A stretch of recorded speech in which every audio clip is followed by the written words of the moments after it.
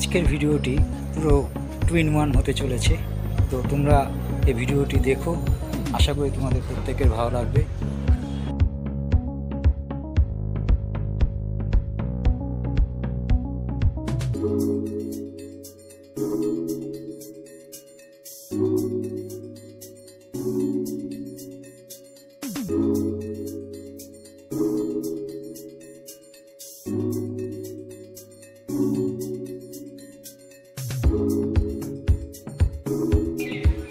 Welcome back to my channel. আমি তোমাদের সঞ্জীব, আর তোমরা দেখছো ইন্ডিয়া হ্যাপি টাইমস। আর আমার এই ভিডিওটি গুরুজনদের কথা মাথায় রেখে তাই আজকে আমার এই ভিডিও। আর আমার ভিডিওতে আজকে যারা নতুন তাদের বলছি, তারা অবশ্যই লাইক, সাবস্ক্রাইব, কমেন্ট অবশ্যই করবে। আর ভিডিওটি একটু বড় হতে চলেছে। ভিডিওটি কোনো রকমভাবে স্কিপ করলে তোমরা কিচ্ছু বুঝতে পারবে না। তো আমি বলবো যে তোমরা এই ভিডিওটি পুরো দেখো, আশা করি প্রত্যেকের ভালো লাগবে। এই হয়েছে রামপ্রসাদ ঘাট। হ্যাঁ বন্ধুরা, এই রামপ্রসাদ ঘাটে এইখান থেকে আজকের ভিডিওটা আমরা শুরু করব। তো ভিডিওটি দেখো। তো দেখতেই পাচ্ছ, এই যে দূর থেকে দেখা যাচ্ছে অনেক ভক্ত আছে। তা আমি এখনও ওই কাছে যাব।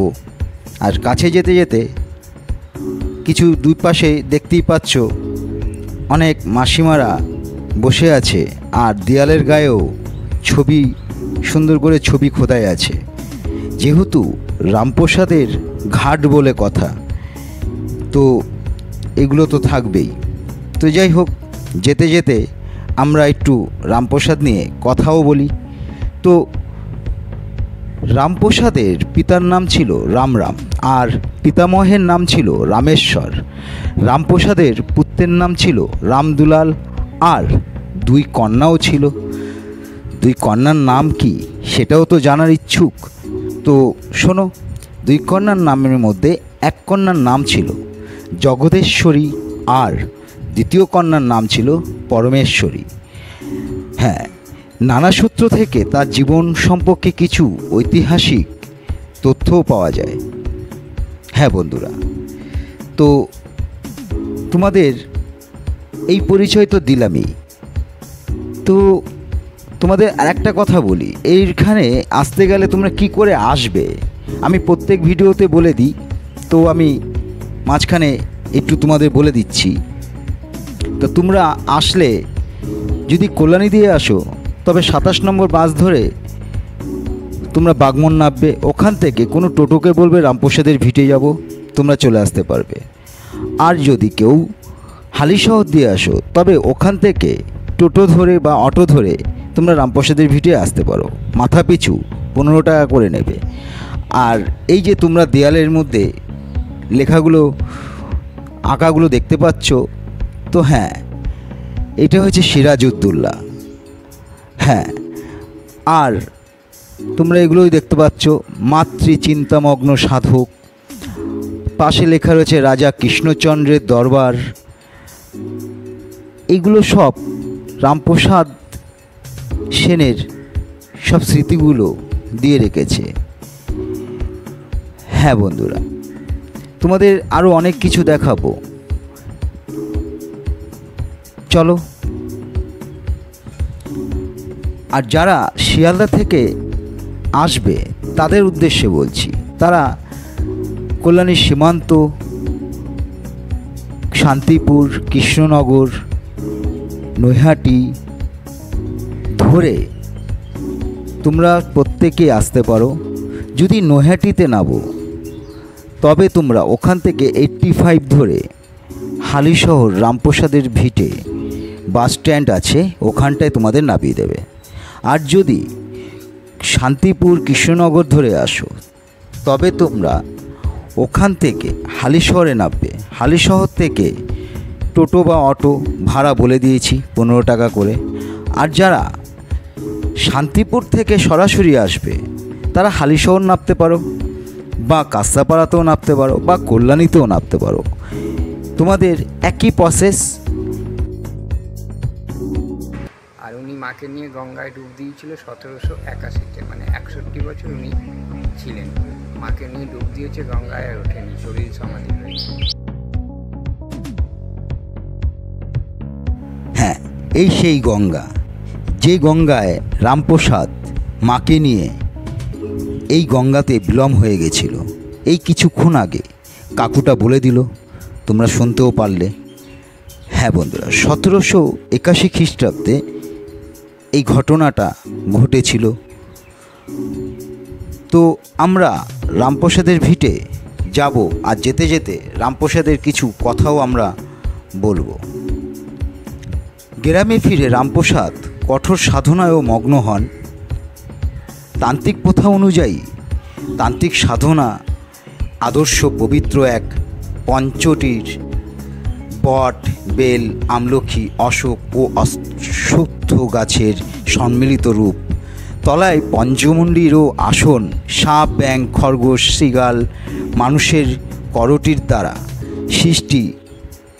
হ্যাঁ, এই শিষ্ট আসনে বসে তিনি ধ্যান ও সাধনা করেছিলেন এবং দেবী কালী আদর্শ শক্তি মহামায়া রূপে তাকে দর্শন করেছিল। কিন্তু একটা কথা তোমায় বলেছিলাম যে রামপ্রসাদ যখন ওই পঞ্চমন্ডির ওখানটায় তোমার বেড়া যখন করছিল, মাকে সে কিন্তু কন্যারূপেই দেখেছিল। মাকে সে ভালোভাবে দেখেনি, তার সন্তান রূপেই মাকে পেয়েছিল। এই যে তোমাদের কিছুক্ষণ আগে বলেছিলাম, মাকে নিয়ে মাথায় করে নিয়ে যাচ্ছিল, হ্যাঁ এটাই হয়েছে সেই চিত্ত। আর রামপ্রসাদ ঘাটে মায়ের ছবি থাকবে না, সেও তো কখনো হয় না। তো মায়ের ছবি তো থাকতেই হবে। চলো আমরা যাব, কথাও বলবো। আর হ্যাঁ, যেটা তোমাদের বলেছিলাম যে যারা কাঁসাপাড়া থেকে আসবে তারা অবশ্যই 85 ধরে আসবে। আর যদি কল্যাণী থেকে আসো তবে 27 নম্বর বাস ধরে বাগমোড়, ওখান থেকে টোটো বা 85 বাস ধরে তোমরা রামপ্রসাদের ভিটে। হ্যাঁ, আর যদি মনে হয় কল্যাণী থেকে সরাসরি তোমরা রামপ্রসাদের ভিটে আসবে, তবে তোমরা টোটো করে আসতে পারো। আমি ওই 20-22 বছর। 20-22 বছর। আচ্ছা কাকু, নামটা একটু বলবে? আমার নাম তাপস মিত্র। তাপস মিত্র। আচ্ছা, বলছি এই পঞ্চবটী যে বট গাছটা আছে, এটা কি ব্যাপারটা একটু আমাকে আমি একটু... টোটালটা বলে দিচ্ছি। এটা হচ্ছে রামপ্রসাদের ভিটে বাড়ি, ঠিক আছে? মানুষের যেরকম বাড়ি সেরকম। আর এটা মন্দির নয়, মন্দির থাকলে চূড়ো থাকতো, মানুষের যেরকম বাড়ি সেরকম আছে। রামপ্রসাদের জন্ম হচ্ছে 1720। এই যে পঞ্চবটী দেখছেন, যার তলায় আমি দাঁড়িয়ে রয়েছি, এই পঞ্চবটী হচ্ছে রামপ্রসাদের সাধনপীঠ। এইখানে বসেই উনি মায়ের সাধনা করেছিলেন এবং সিদ্ধি লাভ করেছিলেন, ঠিক আছে? বটগাছের বয়স হচ্ছে 450 বছর। এই বটগাছের মধ্যে একটা গাব গাছ ছিল, সেই গাব গাছে পদ্ম ফুল ফুটেছিল। রামপ্রসাদ সেনের 2 মেয়ে ছিল, 1 ছেলে ছিল। 2 মেয়ের নাম হচ্ছে পরমেশ্বরী আর জগদীশ্বরী। ছোট মেয়ের নাম ছিল জগদীশ্বরী, ওই মেয়ের নামে এই মায়ের নাম জগদীশ্বরী। এখন যে মায়ের মূর্তি দেখছেন, আসামের জমিদারকে মা স্বপ্ন দিয়েছিল। আসামের তেজপুর থেকে 66 বছর আগে এই মূর্তি এনে এখানে প্রতিষ্ঠা করা হয়। যবের থেকে এই মায়ের মূর্তি প্রতিষ্ঠা হয়, তবের থেকেই অন্নকূট উৎসব পালিত হয় মায়ের প্রতিষ্ঠা দিবস উপলক্ষে, ঠিক আছে? 26শে জানুয়ারি। এই যে তোমরা এই স্থানটা দেখছো, এই স্থানে পুজোর সময় বলি দেওয়া হয় না। না, এইখানে কোনো রকম রক্তাক্ত বলি হয় না, এইখানে নিরামিষ বলি হয়, যেমন কুমড়ো, লাউ। হ্যাঁ, যেহেতু রামপ্রসাদ একজন খুব নিরামিষ ভোজী ছিল, আর উনি রক্তাক্ত পছন্দ করে না। আর এই হয়েছে রামপ্রসাদের ভিটে। হ্যাঁ, আমি ভিতরে থেকে তোমাদের বিগ্রহটা দেখাতে পারছি না, আমি যতটা পারবো দূর থেকে তোমাদের বিগ্রহটা দেখাবার চেষ্টা করছি। আশা করি তোমরা দূর থেকেই মাকে প্রণাম করে নিও। আর মা খুবই জাগ্রত, তোমরা আসো, এসে মনের মতো তোমরা মাকে পুজো করো। আর হ্যাঁ, আমি তোমাদের বলেও দেবো ভোগের সময়সূচি এবং এই ভিটে বাড়ি তোমাদের কখন কখন খোলা থাকে, কি করে তোমরা এই কুপনটাকে নেবে, সব কিছু তোমাদের বলবো। যদি তোমরা কুপন নিতে চাও মানে ভোগের জন্য, তবে তোমরা সকাল 9টার থেকে 10টার মধ্যেই তোমাদের আসতে হবে। 2জন মানুষ কুপন পাবে। কিন্তু এইখানে আমি তোমাদের একটা ফোন নম্বর বলে দিচ্ছি, 9333730499। এই নাম্বারে ফোন করলে তোমাদের জন্য ভোগের কুপন রেডি করে রাখবে। ওনার একটাই শুধু কাজ, ওনার দোকান থেকে শুধু ডালাটাই নিতে হবে। আদার্স কুপনের জন্য কোনো রকম কোনো চার্জ দিতে হবে না। কুপনের যা দাম 60 টাকা, আপনাকে সেই 60 টাকাই দিতে হবে। মন্দির কখন কখন বন্ধ হয়, কখন খোলা থাকে, সবটা তোমাদেরকে আজকে বলছি। হ্যাঁ, মন্দির খোলা হয় 7:30টা থেকে দুপুর 12টা পর্যন্ত। আর বন্ধর টাইম, হ্যাঁ বন্ধর টাইমও তোমাদের বলে দেব। 4টে থেকে খুলবে আর 8:30টা পর্যন্ত খোলা থাকে, তারপর তো বন্ধই হয়। কিন্তু এখানে আর একটা কথা আছে, শীতকালে পুরো টোটালটাই চেঞ্জ হয়ে যায়। সকালবেলা 7:30টার থেকে 12:30টা পর্যন্ত খোলা থাকে, আর বিকেলে 3টে থেকে 7:30টা পর্যন্ত খোলা থাকে। তো আমি বোঝাতে পেরেছি? হ্যাঁ, ঠিক সেম প্রসেস তোমাদের যেভাবে বলেছি সেই অ্যাড্রেসে সেইভাবে সেই লোকেশান নিয়ে আসবে। আমি ডিসক্রিপশানেও আমি সব কিছু দিয়ে দেব। আর হ্যাঁ, এই মন্দিরের সন্ধে আরতিটাও তোমাদের দেখাবো। হ্যাঁ, সব কিছু তোমাদের সঙ্গে আমি শেয়ার করব।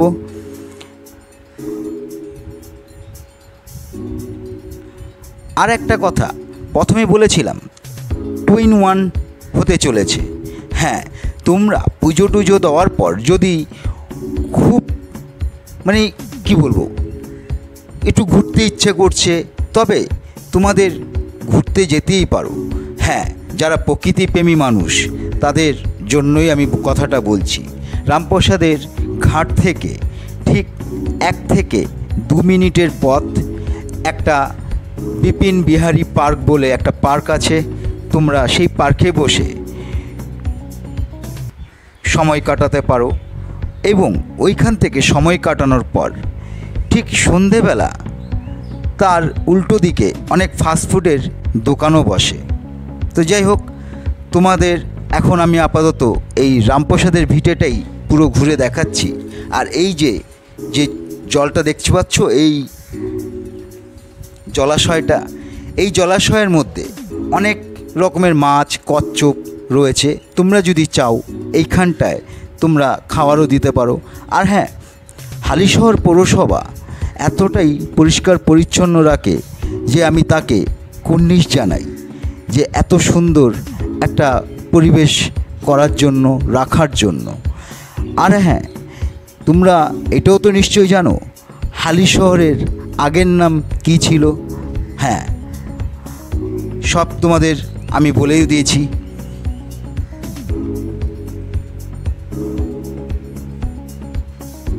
কুমারহট্ট। হালিশহরের আগের নাম ছিল কুমারহট্ট। তো বুঝতেই পারছো জলটা কতটাই সুন্দর দেখতে লাগছে। আর এইখানটাই তোমরা মাছটা দেখছো, এখানে অনেক ভক্তরা ঢিল বেঁধে দিয়ে যায়।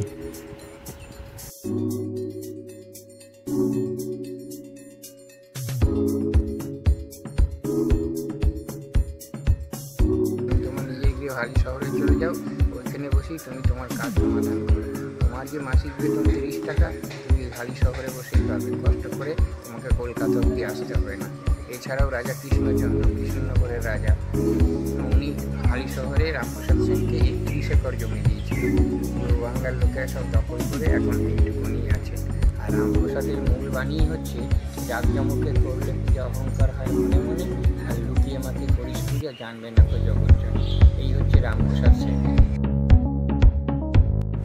এই গাছে ঢিল বেঁধে দিয়ে রেখেছে কারণ অনেক ভক্তরা মানুষই করে দিয়ে যায়, মানুষই সফল হয়ে গেলে ঢিল খুলেও দেয়। হ্যাঁ বন্ধুরা, তো বুঝতেই পারছো এই গাছের কিন্তু গোড়া দেখতে পাচ্ছি না, শুধু ঢিলই দেখতে পাচ্ছি। হ্যাঁ, এইবার এই হয়েছে আমাদের রামপ্রসাদ ভিটের কাহিনী। আর তার উল্টো দিকে তুমি দেখতে পাচ্ছ যে লাইট জ্বলছে এইখানটায় হয়েছে ভোগের প্রসাদ দেওয়া হয়। আর ভোগের প্রসাদের টাইম টেবিলটাও তোমাদের বলে দিয়েছি। আমরা এবার চলে যাব রামপ্রসাদের কক্ষ, মানে ধ্যান কক্ষ। হ্যাঁ, ওই ধ্যান কক্ষতে আমি তোমাদের এটাই বোঝাতে চাইছি, রামপ্রসাদ যেখানে ধ্যান করত, যেখানে ধ্যান করে সে বিশ্রাম করত, সেই ঘরটা ওই যে দূর থেকে দেখছো সেটাই ঘর। তো চলো।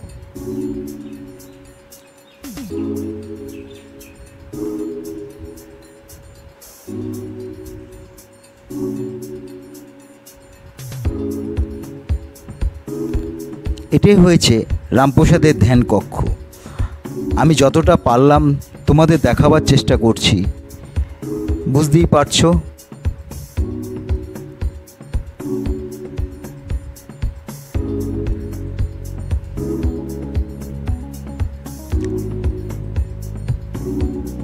তোমাদেরকে আমি আবার একটা কথা বলি, আমি এক ডালা ভাইয়ের সঙ্গে, যারা এই ডালিগুলো বিক্রি করে, তাদের সঙ্গেও আমি একটু কথা বলবো। হ্যাঁ বন্ধুরা, আর সঙ্গে সন্ধে আরতিটাও তোমরা দেখে নিও। সন্ধে আরতির কিছু মুহূর্তটা আমি তুলে ধরেছি, সেটা হয়েছে সন্ধেবেলার সময়।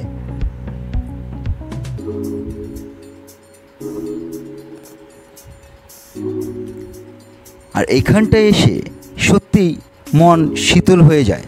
রামপ্রসাদ সেন যখন এই পঞ্চবটিতে বেড়াবার ছিল, তখন মেয়ে ছোট ঘরে খেলা করছিল। তা মেয়েকে বলছে, মা আমি একা একা পারছি না, তুই এসে আমার দড়িটা ঘুরিয়ে দে। তখন মেয়ে তো ছোট, অত বুদ্ধি হয়নি, ও খেলা করে যাচ্ছে। তখন মা ওই মেয়ের রূপ ধরে এসে দড়ি ঘুরিয়ে দিয়েছিল। ওই জন্য উনি তো মাকে মাতৃরূপে দর্শন পাননি, কন্যা রূপে দর্শন পেয়েছিলেন। রামপ্রসাদ সেন যখন রামপ্রসাদ ঘাটে বসে গান করছিল, তখন বাংলা শেষ শাড়ির নগর সিরাজদৌল্লা ওর দাদু আলিবর্দী খান নৌকো নিয়ে যাচ্ছিল গঙ্গা দিয়ে। এবার গান শুনে রামপ্রসাদ ঘাটে নৌকো বেরিয়েছে। বলছে, রামপ্রসাদ আমি ঘুরতে যাচ্ছি, আমার সঙ্গে যাবি? বলে, চল যাবো। এবার নৌকোয় উঠে গান গাইতে গাইতে যাচ্ছে। যখন শ্যামনগরে গেছে, শ্যামনগরের মা ব্রহ্মময়ী বলছে, রামপ্রসাদ তোর গান আমাকে শুনিয়ে যা।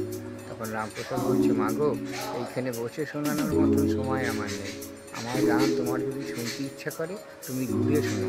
তখন মায়ের মুখ ছিল দক্ষিণে, ওই গান শোনার জন্য ঘুরে হয়ে গেছে পশ্চিমে।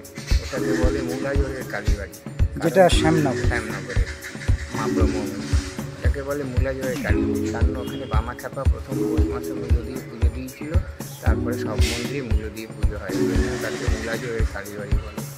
আর এটার প্রথম নাম হালিশহর ছিল না, প্রথম নাম ছিল কুমারহাট, তারপরে হয়েছে কুমারহট্ট, তারপরে হয়েছে হাবিলি শহর, তারপরে হয়েছে হালি শহর। এই হালি শহর হচ্ছে পূর্ণ তীর্থস্থান। শুধু রামপ্রসাদ সেনের জন্ম নয়, এইখানে রানী রাসমণির জন্ম। চৈতন্য মহাপ্রভু গুরুগৃহ এই হালি শহরে। উনি যখন নীলাচলে যাচ্ছিল, তখন গুরুর পদধূলি নেওয়ার জন্য উনি হালি শহরে এসেছিল। উনি এক মুঠো মাটি নিয়েছিল, তাই দেখে ওনার শিষ্যরা নিয়েছিল, তাই থেকে ওই ডোবাটা হয়েছিল, ওই জন্য ওটার নাম চৈতন্য ডোবা। হ্যাঁ, কিছুক্ষণ আগে বলেছিলাম এই ডালা ভাইয়ের সঙ্গে আমি একটু কথা বলবো, তো চলো।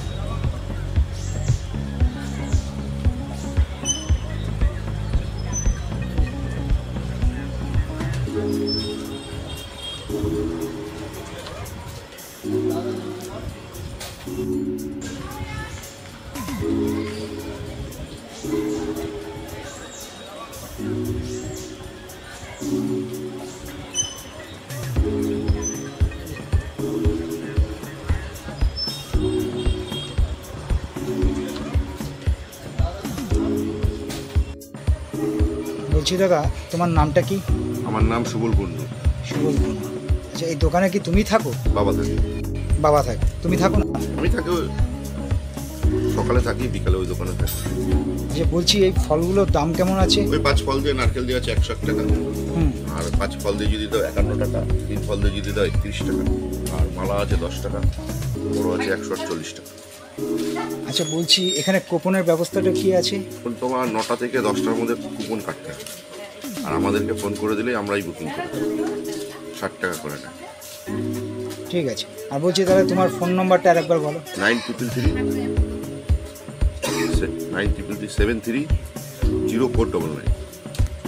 ঠিক আছে।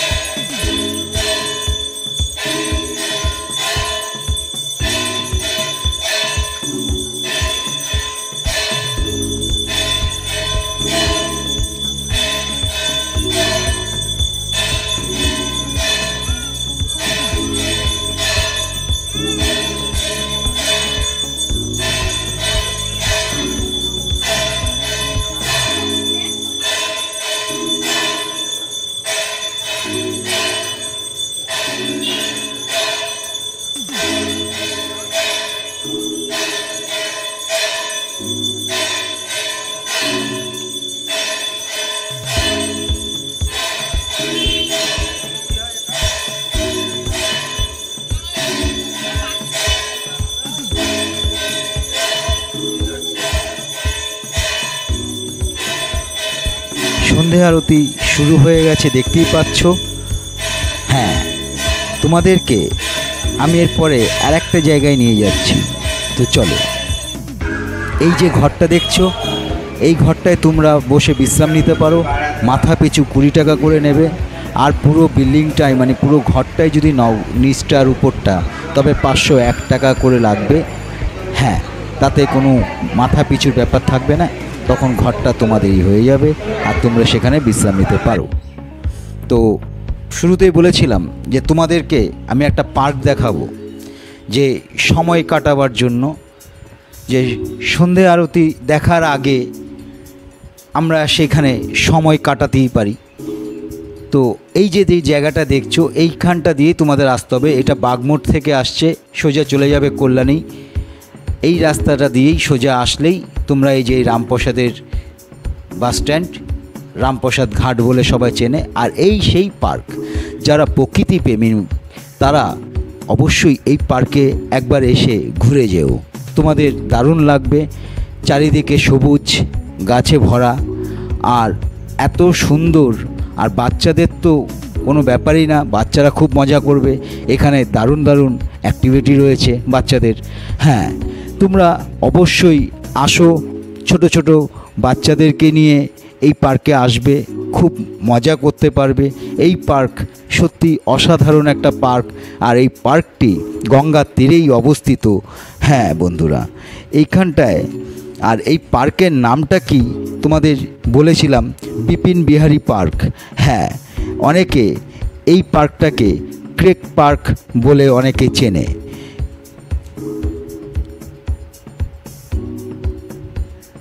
তারপর তোমরা এইখানটা থেকে সময় কাটিয়ে তোমরা রাস্তার মানে পার্কের বাইরের দিকে অনেক ফাস্টফুডের দোকান আছে, তোমরা সেখানেও খাওয়া দাওয়া করতে পারো।